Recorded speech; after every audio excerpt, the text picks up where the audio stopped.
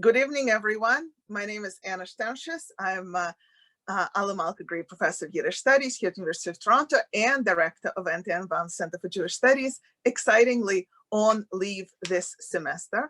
But I'm also very excited to be back for this pleasant duty of introducing our speaker tonight.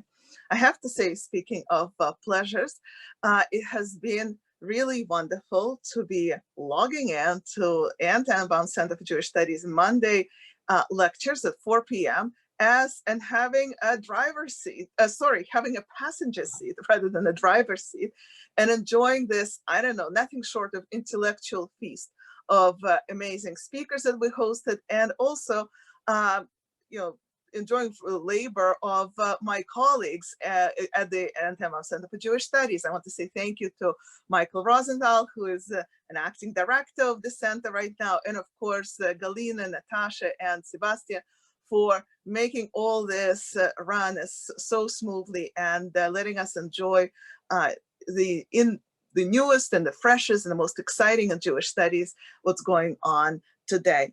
So today's speaker, Professor Kateřina Čapková, is an example, her work is an example of this innovative scholarship in Jewish studies that we're trying to bring to Toronto. I met Professor Čapková in Prague a few years ago, and ever since I heard her talk on Jews in Czechoslovakia, I wanted to bring her to Toronto to talk to us in person. We were waiting for in person, but fortunately now she can join us on Zoom. Her research on Czech Jewry is innovative, exciting, and groundbreaking, pushing a lot of boundaries, including boundaries of what it means to live in a satellite state and other established wisdoms when it comes to studying Eastern Europe during the Cold War.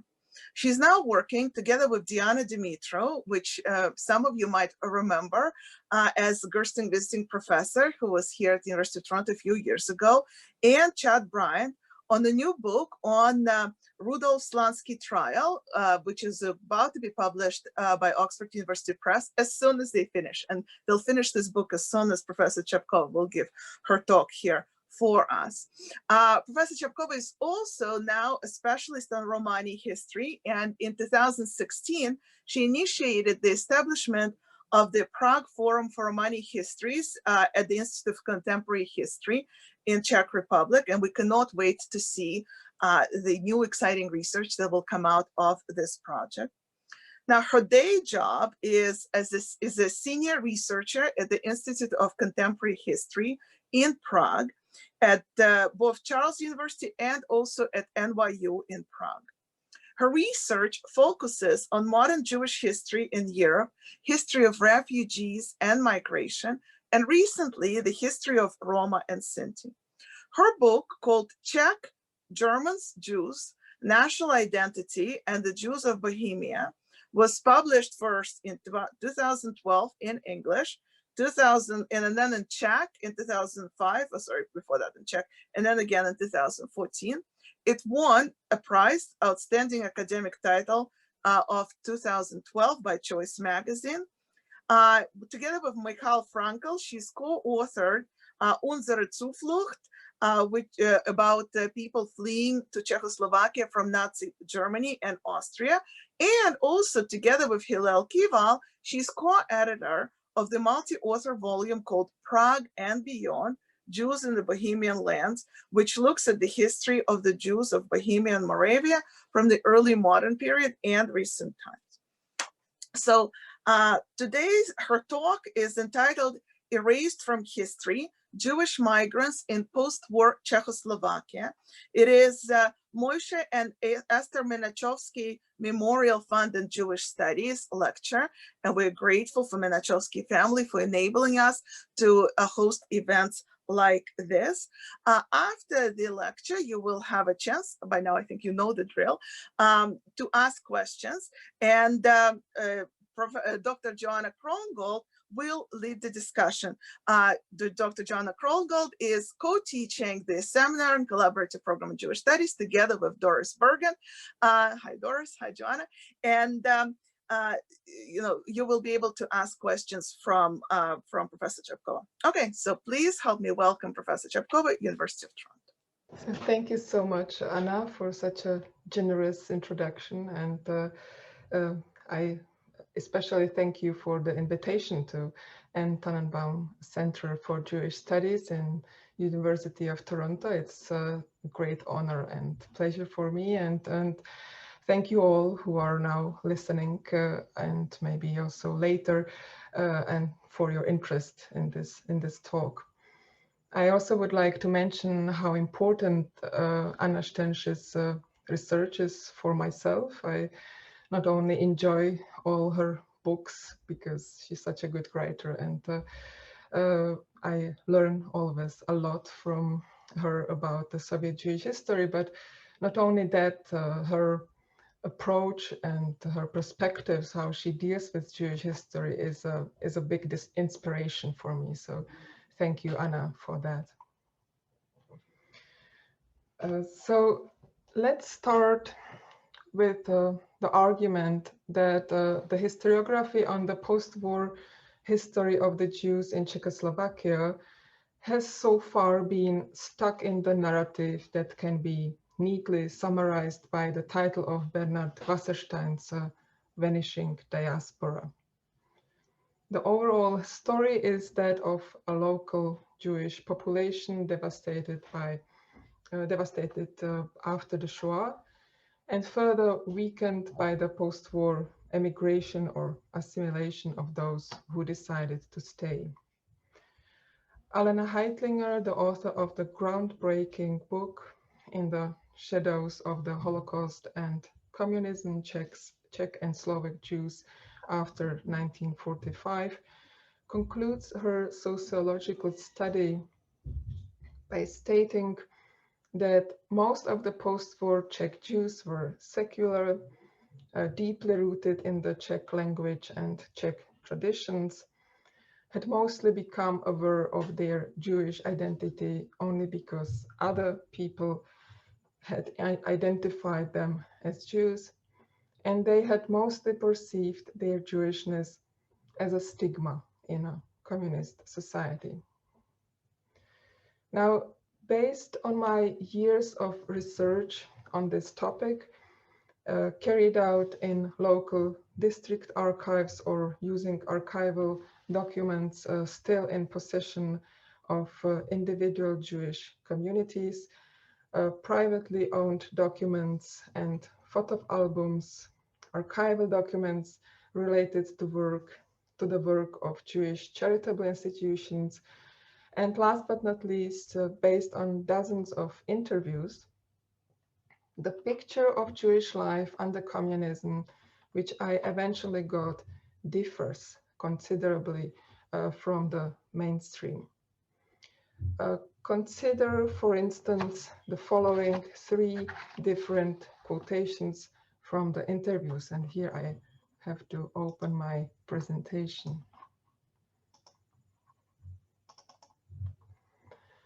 So the first quote is from Malvina Malke Hoffman. I remember going into the streets of Ústí nad Labem, it must have been in the 1950s, with a hen under one arm and hidden under my coat, and going to our shochet. Until today, I remember how anxious I was that the hen would make a noise, so I squeezed her a little bit, but I was also afraid of suffocating her. Pinchas Landerer told me in Tel Aviv, once a month, my mother took a day off and went by bus to Prague in order to visit mikveh. There was no mikveh in our town. She was going regularly, even though it was a financial burden to our family to pay the bus every month. And the third quotation comes from Pavel Jelinek, who was born in the 1930s. Only 37 of us out of 1,500 Jews of pre-war liberates returned home. But after the war, a lot of people, mostly Jews from Carpathian Ruthenia, moved in. Those were people of our Orthodox branch. So they saw everything differently, had different customs. That's why my mother did not like it. she just couldn't. Sometimes she went for the high holidays, but she would not regularly socialize with the community. So this handful of examples suggest that something was going on in post-war Czechoslovakia, which does not fit in either with the widely held vanishing diaspora picture or with the self-image of the secular Czech Jews. So the aim of my talk is therefore to challenge the dominant narrative. The leadership of the American Jewish Joint Distribution Committee, the JDC or the Joint, in Czechoslovakia distinguished in their reports about their activities in the Bohemian lands in post-war years between three types of Jewish communities. The one was the community in Prague. Then there was another type of Jewish communities in the borderlands, meaning those three districts. It is from the left, Karlsbad, so especially the Spa district, Karlsbad, Marienbad, and then especially industrial districts of Ústí nad Labem, also Teplice is here, and Liberec. And the third type of Jewish communities was outside Prague and outside those borderlands in Bohemia and Moravia. And in the reports, it says that in Prague, there were, after the war, approximately 9,000 Jews, most of them local Czech-speaking Jews, but also some Carpathian and Slovak Jewish migrants. So that was the characterization of Prague. In the Jewish communities outside Prague, in Bohemia and Moravia, the Jewish communities were mostly small, and with two exceptions, with Brno, which is here, and Ostrava. And vast majority and many of those Jews in those communities were married to a non-Jew. This is also why they survived.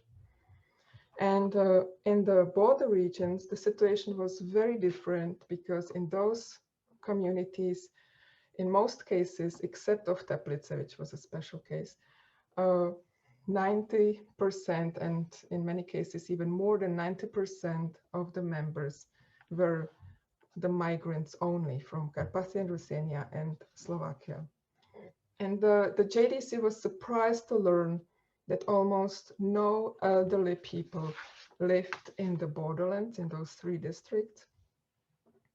And then that the number of children was growing rapidly in the second half of the 1940s. Now, all in all, post-war Czechoslovak Jewish society was given a boost by at least 9,000 Jewish migrants who came from Carpathian Ruthenia. And you see, Carpathian Ruthenia was a part of Czechoslovakia in the interwar period.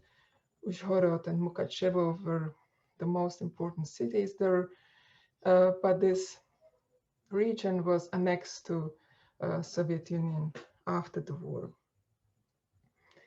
And approximately 1,000 of those Carpathian Jewish migrants settled in Eastern Slovakia after the war, but vast majority, 8,000, and I actually think it was more, left for Bohemian lands.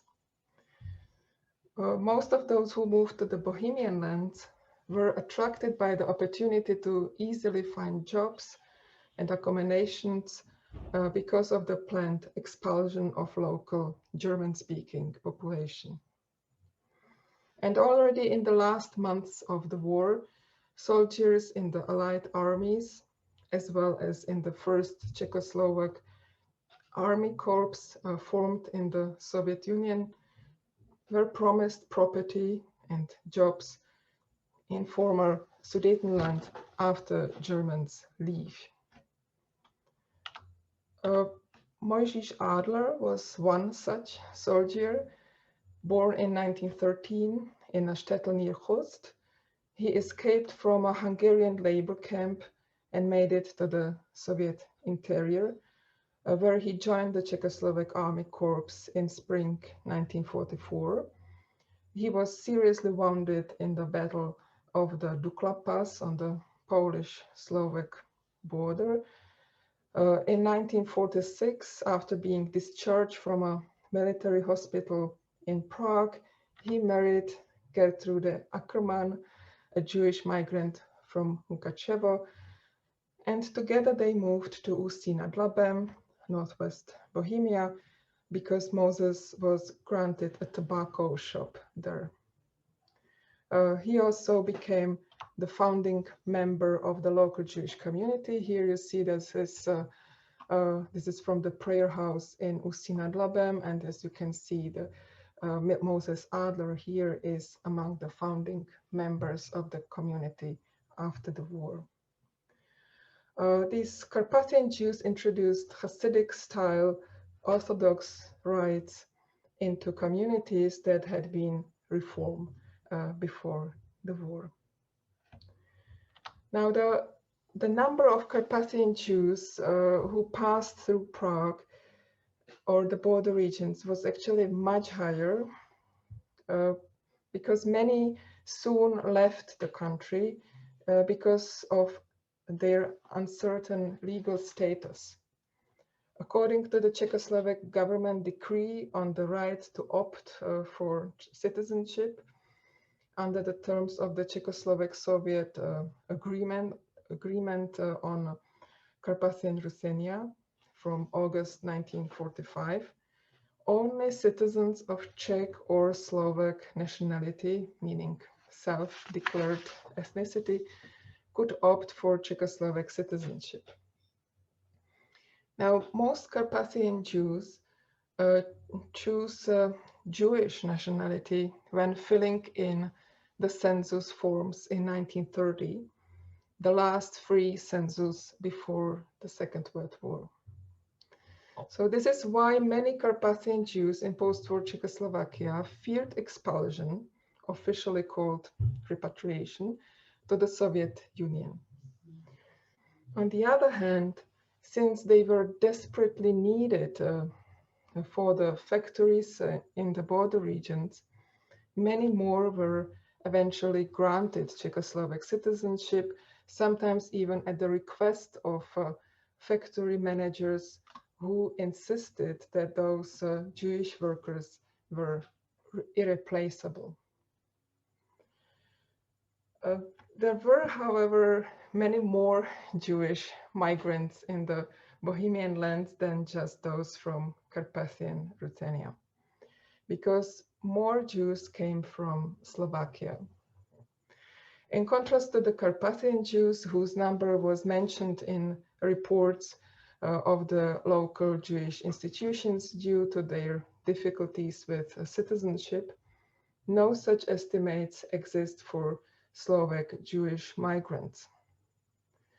The data in the registers of Jewish births, deaths, and marriages suggest, however, that at least several thousand Slovak Jews settled in the border regions or in Prague after the war. Moreover, according to the reports of a French Jewish charitable institution that operated in Czechoslovakia immediately after the war, about 2,000 Jews in the Bohemian lands were Polish Jews who had been liberated from concentration camps in the former Sudetenland and decided to stay in Czechoslovakia. And in my research, I met several marriages of Carpathian and Polish Jews. So altogether, there were some 24,000 Jews in the post-war Bohemian lands, at least half of whom were Jews who had never lived there before. But the situation was even more complex.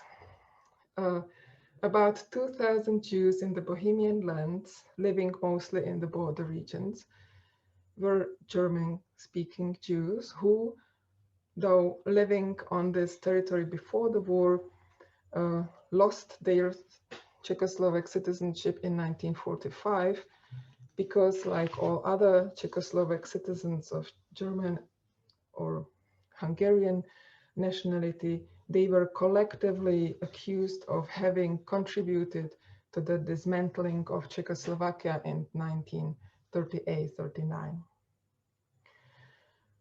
The hardships of those Jews are briefly summarized in a memorandum sent by a newly established committee of German-speaking Jews from Chomutov and Žatec, again in North Bohemia, to the repatriation department of the Czechoslovak mission of UNRWA, meaning United Nations Relief and Rehabilitation Administration, in April 1946. As you can see, I found that document in the archive of the United States in New York. And I read a little bit and you can follow that in German. That's the original. In the borderlands, as well as in the interior of the state, there are a few thousand Jews, Mischlinge, or of mixed marriages, whose mother tongue is German.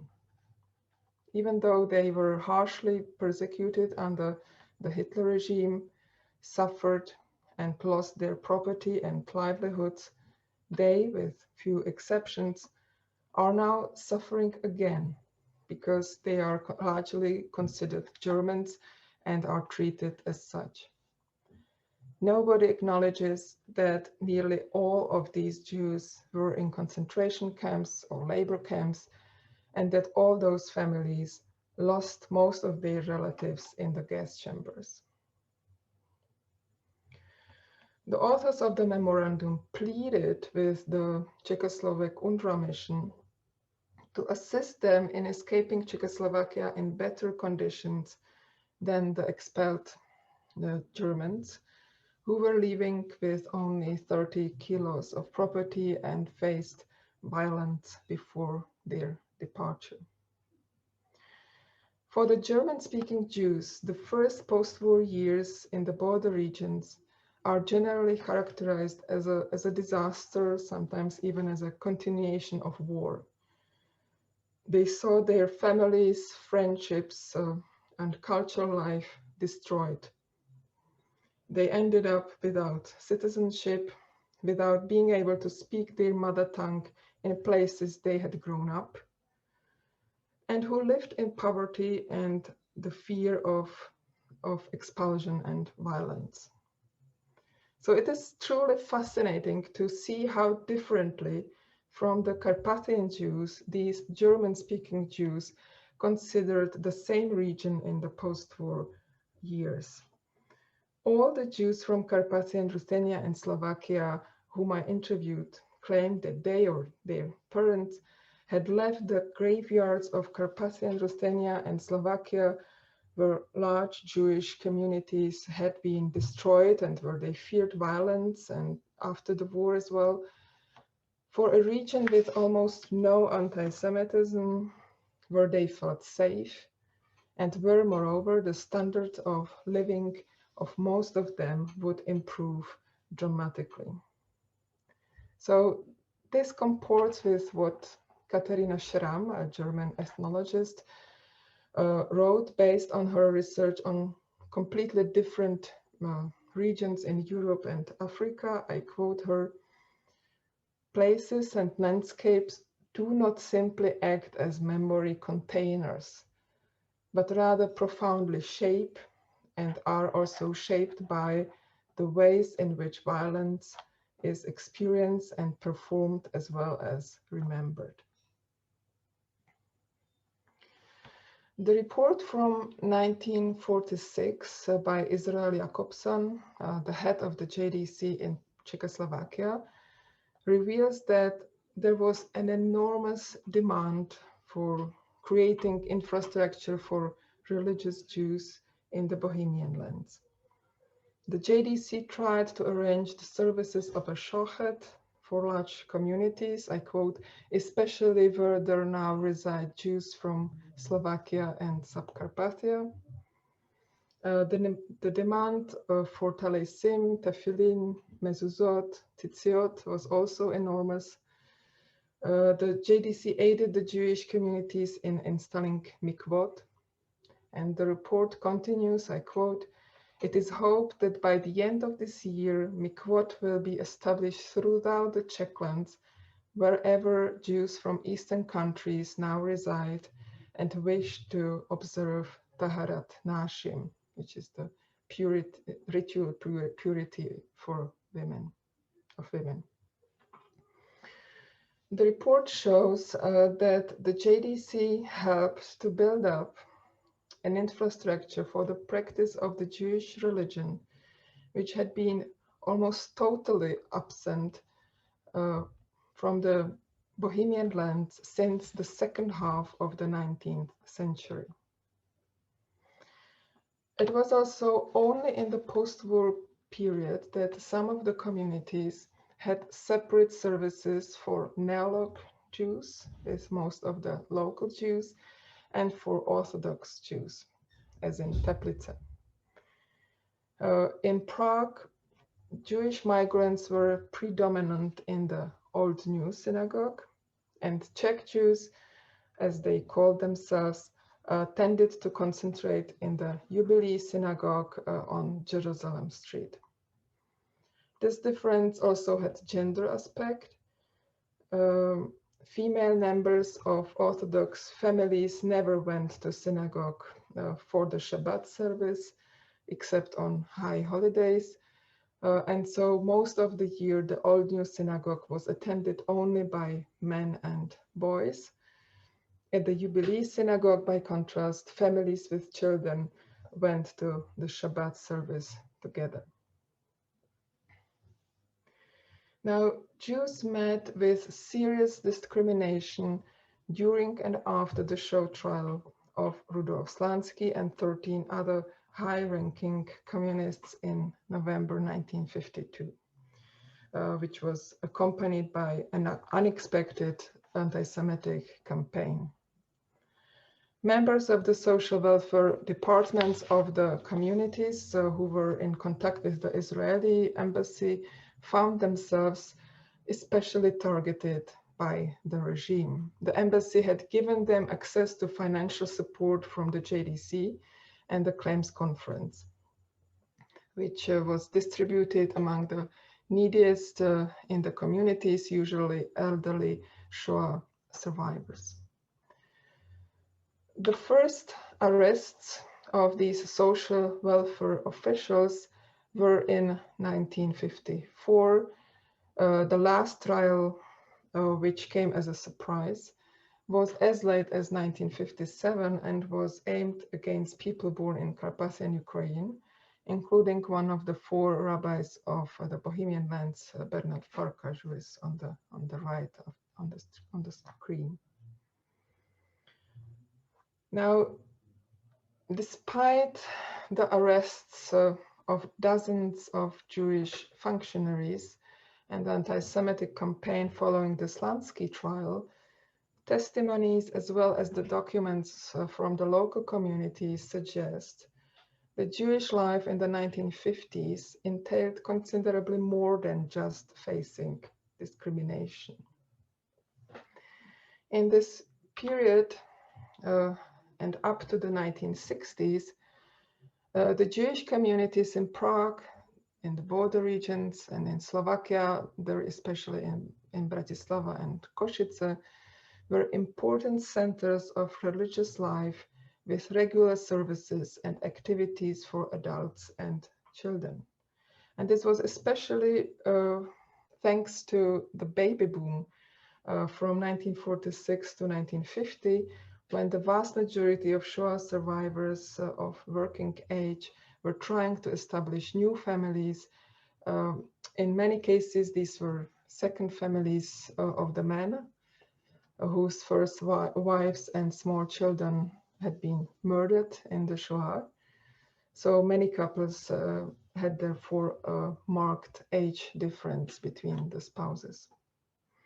So photographs like this one, mostly in private possession, from the early 1950s provide evidence that dozens of children took part in theater performances at Purim and Hanukkah.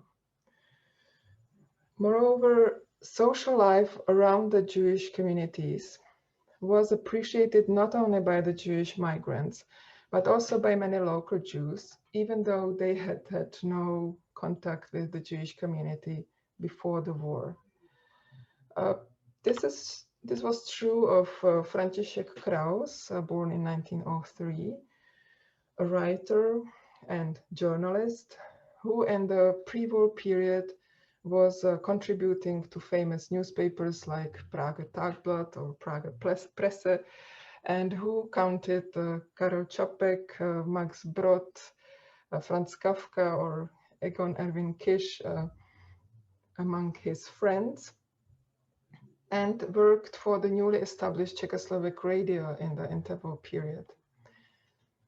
According to his son, Tomáš Kraus, who is since 1991 the secretary of the Federation of the Jewish Communities in the Bohemian lands, the Prague Jewish community was like a substitute family. This is how it was after the war, after 1945, logically, because people were coming to the community and were the only ones left from large families. They had no relatives anymore, so the community was their substitute family. That was where they found their friends. Most of my parents' friends were from the community, and as were most of my friends at that time too. My father, who had been totally secular before the war, went regularly to the Jubilee synagogue every Friday after the war. Kraus' testimony also reminds us that the Jewish community after 1949 was the only Jewish institution that enjoyed the state's approval. All other Jewish institutions and organizations had to terminate their activities. This was, of course, true also of many non-Jewish organizations like the Scouts or the Sokol physical training organization, etc. Now, the legal setting in Czechoslovakia, which enabled Jews to meet in religious congregations only, as in Hungary, had a far-reaching impact on the perception of communism among the Czechoslovak Jews. Unlike the Soviet Union, Poland, and Yugoslavia, there was no communist Jewish organization in Czechoslovakia. In contrast to what we know from Anna Sternsch's about Jewish life in the Soviet Union, the Jews of Bohemia and Moravia did not seek to reinterpret or reformulate Jewish songs and poems so that they would be against the Jewish religion and be pro-communist. Nor was there any Czech parallel to the Towarzystwo Społeczno-Kulturalne Żydów w Polsce, the so-called TSKZ. The Czechoslovak Jews did not experience any official division of Jewish society comparable to the Jews of Poland, where the leadership of the TSKZ, backed by the communist regime, publicly and harshly criticized the Jewish religious communities of Poland in the 1950s and denounced Israel as an aggressor in 1967. Now, because of the legal setting and an inability to establish any institutions other than religious ones, the Jewish community of Czechoslovakia was much more unified than, for instance, the Jewish community in Poland or Yugoslavia. There was, to be sure, tension between the more pro-communist officials on the one hand and those who understood the communities mainly as a place of religious services on the other. And this tension mounted, especially in the late 1970s and early 1980s. But even if some of the leaders of the Jewish communities were pro-communist, the basic understanding of the congregations was that these were not political organizations and that it was all right if the people active in them were of different political persuasions. And in 1967, despite the Czechoslovak government's quick condemnation of the state of Israel for aggression against the Arab states, the Council of the Jewish Communities in Bohemia, Moravia, and Silesia refused to accept the official interpretation. Now, the Jewish community in Prague, with mostly local secular Jews, became, very much thanks to František Kraus and his unique contacts to leading artists, also a focal point for people who would never have attended religious services.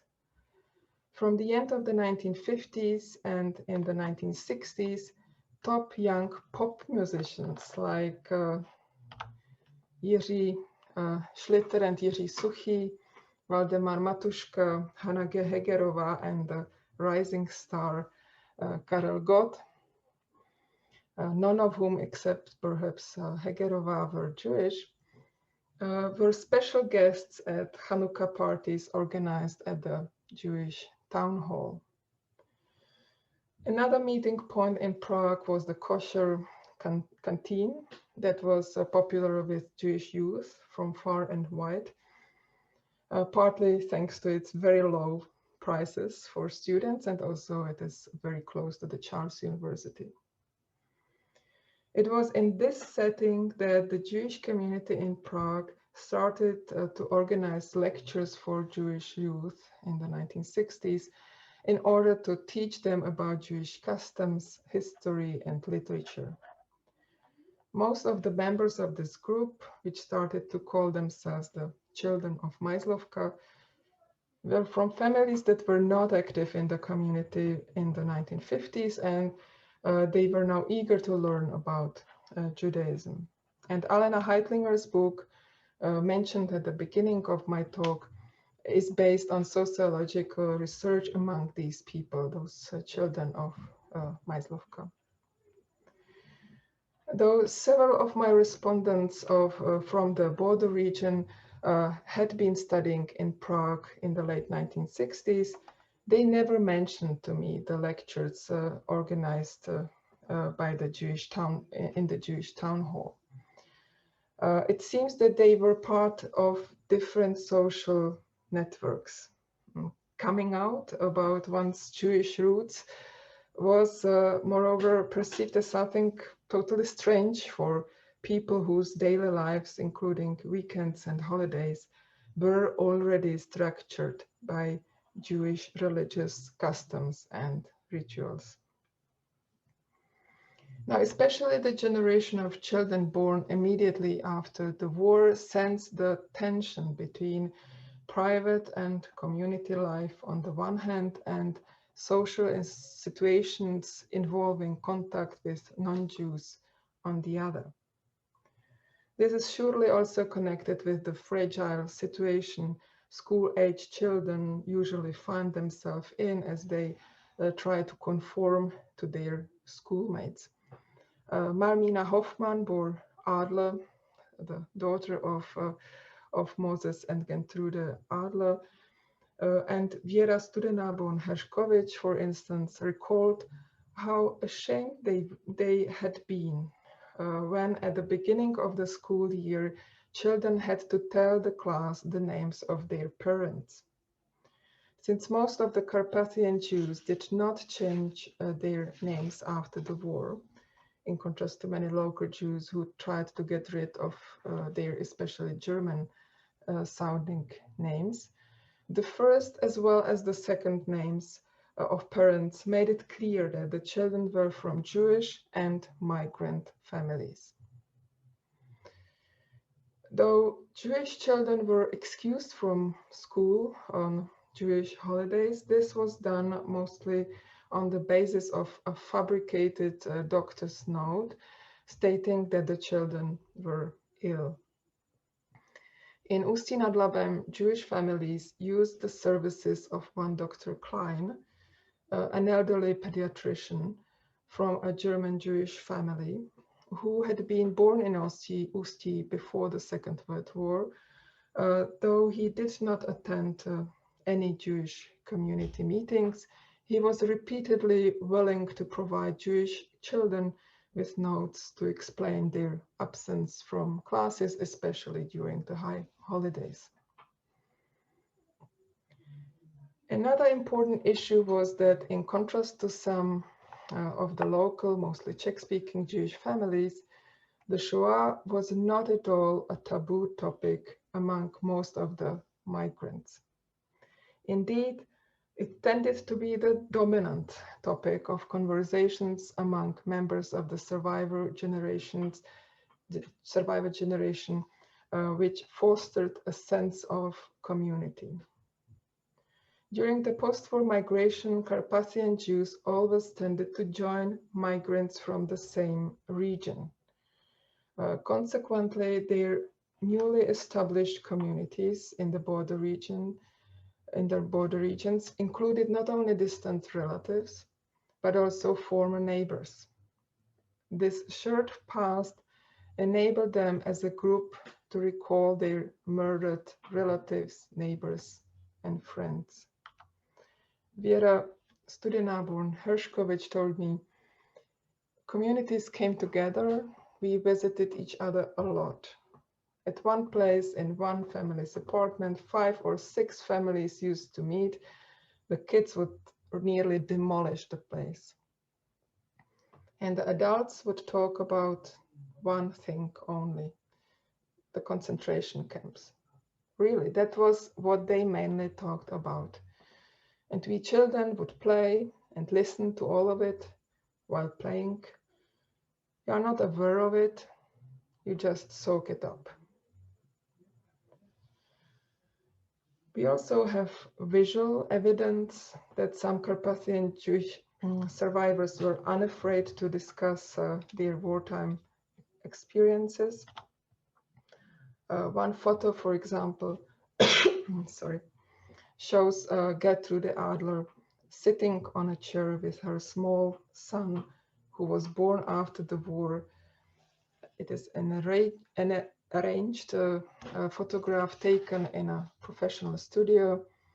The boy is holding a teddy bear, and Gertrude is posing with her left hand towards the camera so that her Auschwitz number here is clearly seen. I find this photo extremely powerful. Carpathian and Slovak Jews also dominated in the Theresienstadt or Theresian remembrance ceremonies. Here we see on the right Bernard Farkas, the rabbi from Děčín. We know him already, he was imprisoned. Here is Samuel Landerer, cantor and an excellent singer, who was born in Bratislava. And the third from the right is Rabbi Richard Feder, who was the only one who was actually in Terezin or Theresienstadt during the war. Now, research based on interviews, private documents, and archival material of Jewish organizations and communities has led to a very different picture from the one drawn by most historians so far, since these newcomer Jews appear to have constituted such an important part of post-war Jewish society in the Bohemian lands. It is also natural to ask why they have been omitted from historical accounts for so long. There are several reasons. I will pick one. One of the reasons why the Jewish communities in the border regions have been neglected by historians and omitted from collective memory is that they have been marginalized by the Czech-speaking Jews, especially those in Prague. The only Jewish journal published in communist Czechoslovakia, the Věstník židovské obce náboženské v Praze, contains only little on the re-established Jewish communities in the border regions. This was because of a combination of prejudices against the so-called Eastern Jews and Hasidism among the Czech-speaking Jews, and also because of the state pressure on the public to achieve linguistic and cultural uniformity. But a close reading of the journal does reveal few mentions.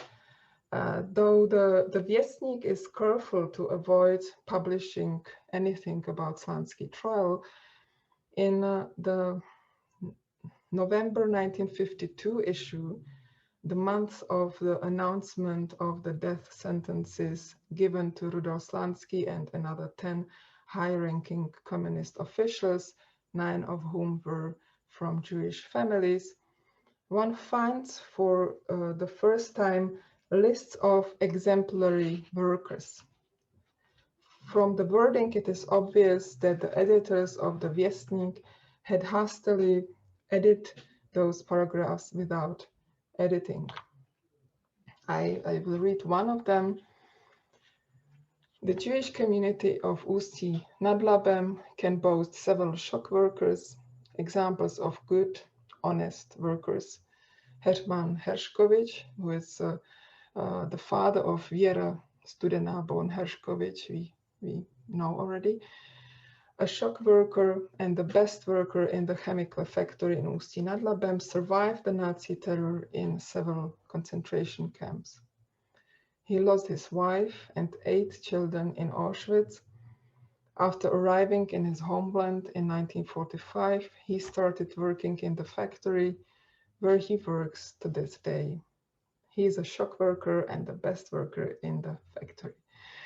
For this exemplary work, he has already been given 3 awards. He has remarried and has 2 children. His wife works in the nationalized Chemodroga factory.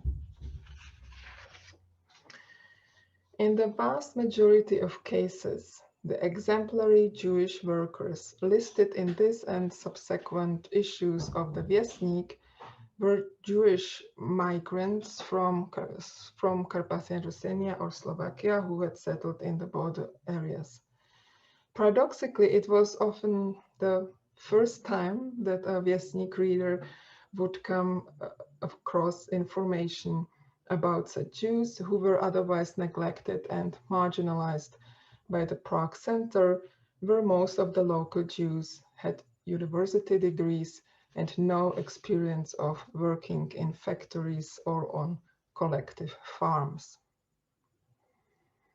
In the second half of the 1960s, when emigration was easier, most Carpathian and Slovak Jews left the country. Still, despite this, basic religious life in the 1970s and 1980s was ensured in the Bohemian lands nearly exclusively by the families from Carpathian Ruthenia and Slovakia. For them, maintaining the religious traditions of their forebears was important regardless of the political situation. In Děčín, the Markovich family was of key importance for the survival of the community there. In Ústí nad Labem, it was the Herškovič family that we know already. And until the 1990s, the key figure of religious life in the Prague Jewish community was the cantor Viktor Feuerlicht, who was born in Mukačevo.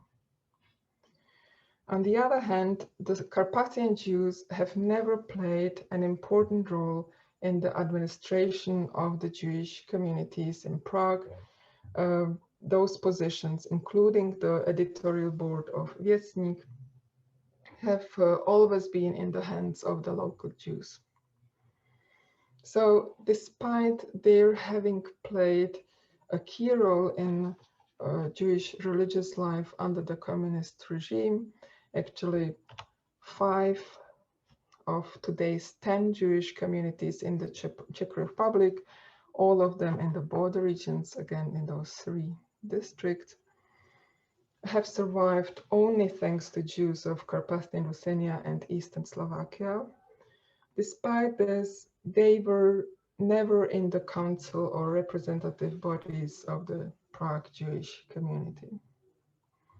Now, this is a reflection not only of the desire of local Jews to hold all the key positions, which was not unique to Czechoslovakia, but also happened, for instance, in the post-war Jewish communities of West Germany, with a considerable number of Jewish migrants from Eastern Europe.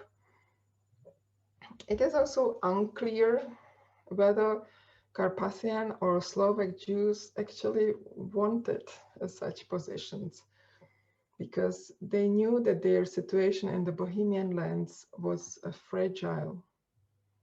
Moreover, they had more important struggles to win, especially those over who would have services in the Old New Synagogue, where in the 16th century Yehuda Lev ben Bezalel, the Maharal, had been the rabbi. And from this fight, they ultimately emerged triumphant. So the conclusion, the mosaic of different sources reveals that the relations between the local and the migrant Jews cannot be explained in any simple hierarchical way. The local Czech-speaking Jews held the key positions in the Council of the Jewish Communities and in the Prague Jewish community, and frequently negotiated with the Czechoslovak positions as if they represented all the Jews of Czechoslovakia, even though there was an independent organization of the Jewish communities in Slovakia.